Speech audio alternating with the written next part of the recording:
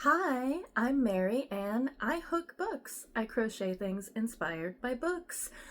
I am so excited for spooky season, even though it's still like 85 to 95 degrees on a regular basis because I still live in Texas.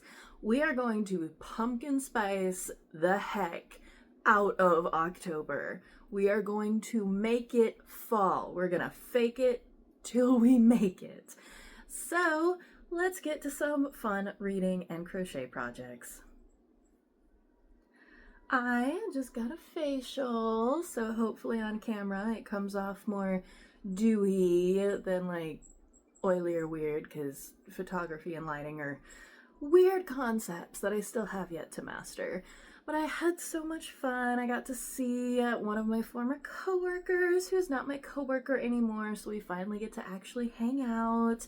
And my esthetician is another bookie person that I get to find in the wild, which is always really fun.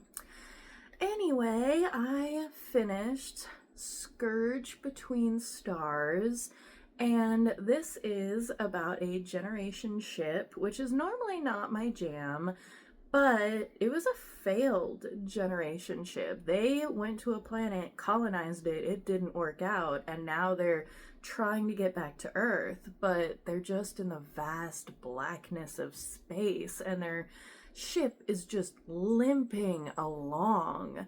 And they're having these, I think they were called incursions, where things just go wrong and it seems like things are hitting the ship even though they can't see anything there. So they don't know exactly what's going on. Things get creepier and creepier. There's some really cool representation, and I really liked it. It's really short, so I don't want to say too much. It was edge of my seat. I was like, what is going to happen? I mean, technically you can see on the cover of the book, like, there's something. But it is very good at building that suspense of bad things keep happening, what is causing it. So I really did enjoy this. It is much more of a horror in space than a generational ship story, which is probably why I liked it so much. And I freehanded this little alien, a little black alien with all of his tentacles.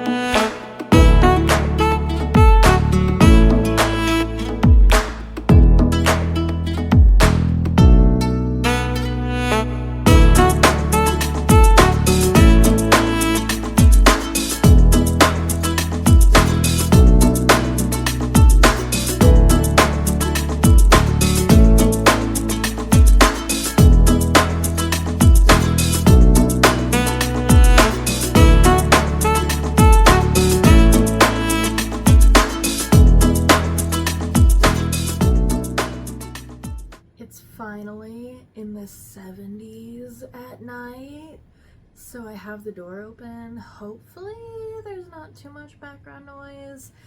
Munster and I were hanging out on the porch because he's kind of been a door dasher lately, and these neighbor kids came up with their orange kitten, and they were like, oh, is he a stray?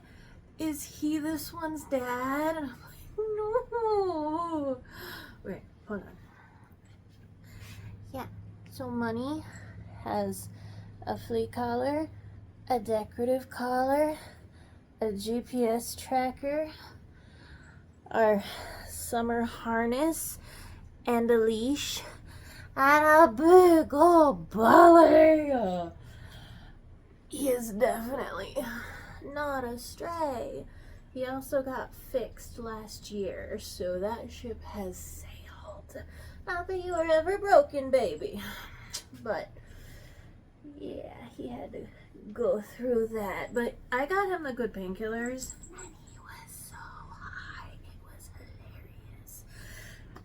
Anyway, I read That's Not Right, and this was kind of fun. It was like the anti-X-Files. This radio host that hosts a show all about conspiracy theories and Bigfoot and Leonard Nimoy and like having an affair with the lizard people or whatever, like all that fun stuff. And he doesn't believe any of it. But his producers are like, okay, cool, you're gonna do a web series, we're gonna send you a videographer, and you're gonna go like show these things. So it was pretty funny. There were a couple parts that made me laugh out loud. It is kind of almost like a short story collection with an overarching plot. I hope it's part of a series because this was kind of fun. And it's the small Kano.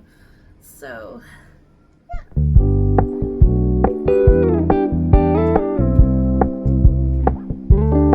We're gonna keep it low key, keep it softly spoken, with no strings tying you to me. I'm happy in your company with no emotion, 'cause my love deserves to be free. I never wanna look at a house in the garden, I never wanna lock you down. I know you're not mine, it's just my turn, but we can still have fun for now.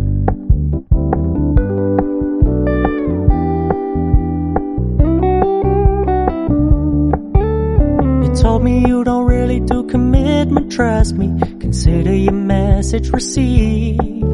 When you said you couldn't take us too seriously, I must admit I was relieved. 'Cause I never wanna play happy families with you, but I like having you around. I'm fully aware this is a flash in the pan, but we can still have fun for now. I have been reading The End of the World as We Know It.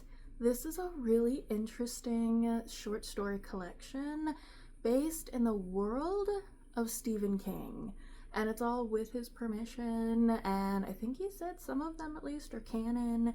So this was such, for one, a long, it's like 800 pages or like a 27-hour audiobook. But it was such an interesting collection, and I really liked some of these. It really kind of recontextualized some things, or gave us like maybe some answers or possible answers to what happens next, and how the events of the stand affected the world, not just the United States. So that was really interesting. I wish I hadn't gotten it from the library, because this really does feel like it needs to be read over a long period of time, because it is overall pretty dark. Like I said, there were some that I felt like were maybe a little pretentious or trying too hard, but there were some that were so good. Overall, I think I gave this 4 stars, and of course, if you have read The Stand or seen the original miniseries or the remake with Alexander Skarsgård, you know it is about a super flu or a plague. So I made a little chibi plague doctor. And as previously mentioned, that was very dark. So while I was reading that, I interspersed it with the villain edit, and I loved the Lifetime show Unreal. So good. The villain edit also is a little expose-y, but it's not nearly as dark as Unreal. But I really do like thinking about what goes on behind the scenes, because I think what goes on behind the scenes of a reality show is probably more interesting than the actual show itself. So, sorry, Fry is being orange.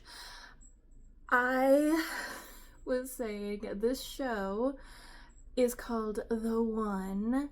Our main protagonist is a failed romance author, and she goes on this reality show to try to reinvigorate her writing career and get publicity. But she gets the villain edit. And there's a little bit more. I don't want to give too many spoilers. Overall, I'm not a big romance person. I did really like this though. I think it was like a 3.5 overall. And because she is an author, I made little heart bookmarks. Thank you for joining me this week. I would recommend all of these books. So if you want to pick anything up, please let me know and let me know how you liked them. I will also have the patterns that I used in this video in the description box. Also in the description box will be the Buy Me a Coffee link if you'd like to financially support the crochet cause. Also, you can support me by liking, sharing, subscribing, all the YouTubey things. I hope you have a wonderful start to spooky season, and take care of yourself, get some water, take a nap, find a nutritious recipe to try, and most importantly, shoulders back, heads up, and breathe.